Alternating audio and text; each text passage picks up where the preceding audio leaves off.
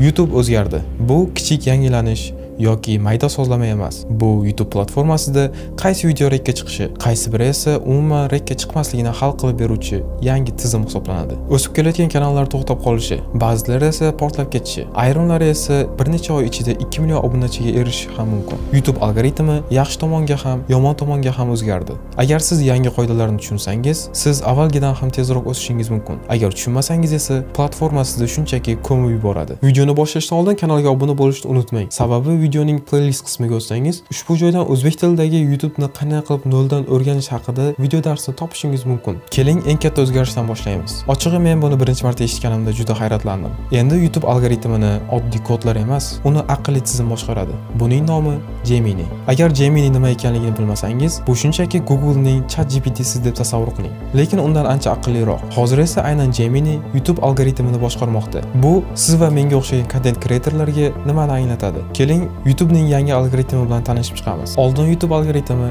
taglar, sarlavhalar va tomosha soatlariga qarardi xolos. Hozir esa Gemini sizning videongizni kadrma-kadr ko'rib chiqadi. Har bir so'zni tinglaydi, ekrandagi yozuvlarni o'qiydi, rasmlarni tahlil qiladi va ovozni tekshiradi. Agar videongiz kinoya va sarkazmga asoslangan bo'lsa, u buni biladi. Agar videongiz kulgili bo'lsa, u buni tushunadi. Gemini taglarni o'qimaydi. U kontentingizni tomosha qiladi va o'zi qaror chiqaradi. Endi sarlavha va YouTube muqovalari kamroq ahamiyatga ega. YouTube algoritmi qadoqni emas, uning ichidagi mahsulotni baholaydi.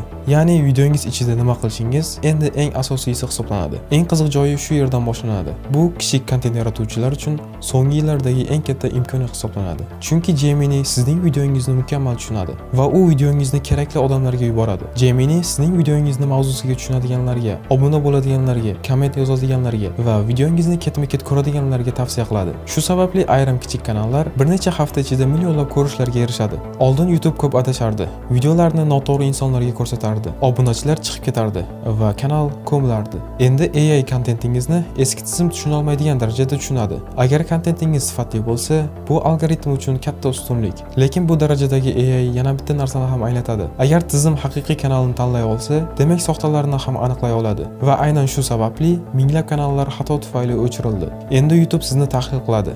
Sizning xatti-harakatlaringizni, sizning kontent uslubingizni va platformadagi faolligingizni. Ya'ni u bir savolga javob qidiradi. Bu haqiqiy odammi? Va bu bizni keyingi katta o'zgarishga olib keladi. YouTube'da xuddiki trust score bor, ya'ni ishonch bali, xuddiki kredit reytingi kabi. Agar balingiz yuqori bo'lsa, YouTube sizga ishonadi. Agar YouTube sizga ishonsa, sizning videolaringiz rekka chiqadi. Agar sizga ishonmasa, sizning kanalingiz shunchaki ko'miladi.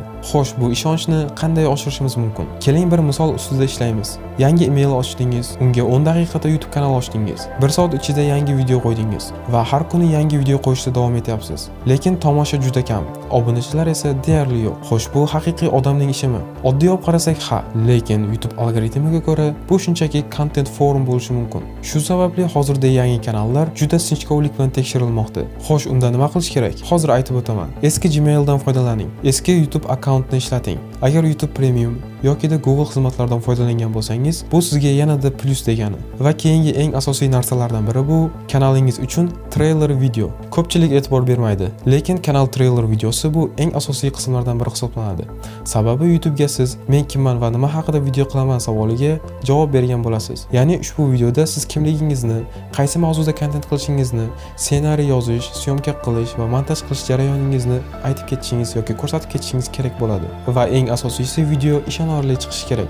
Sababi bu video sizni himoya qilib turuvchi video hisoblanadi. Keyin YouTube tomoshabinlarni ham tahlil qiladi va har bir tomoshabinni eslab qoladi. U nimani tomosha qiladi, qachon tomosha qiladi va nimaga qaysi videoni tanlaydi. Shuning uchun nish juda muhim. Oxiri eng muhim narsalardan biri esa bu YouTube klikni emas, u tomoshabin zavqlanishini xohlaydi. Clickbait zarur, lekin YouTube'ga sizning videongiz tomoshabinlarga zavq bera oldimi yoki ularga foydali bo'ldimi, bo'lmadimi, shunisi muhim hisoblanadi. Bundan tashqari Gemini sizning niyatingizni tushunishga ham harakat qiladi. Ya'ni videongiz tomoshabinlarga foydali bo'ldimi yoki shunchaki oldi-qochdi gaplardan iborat bo'ldimi, hammasini aniqlashga harakat qiladi.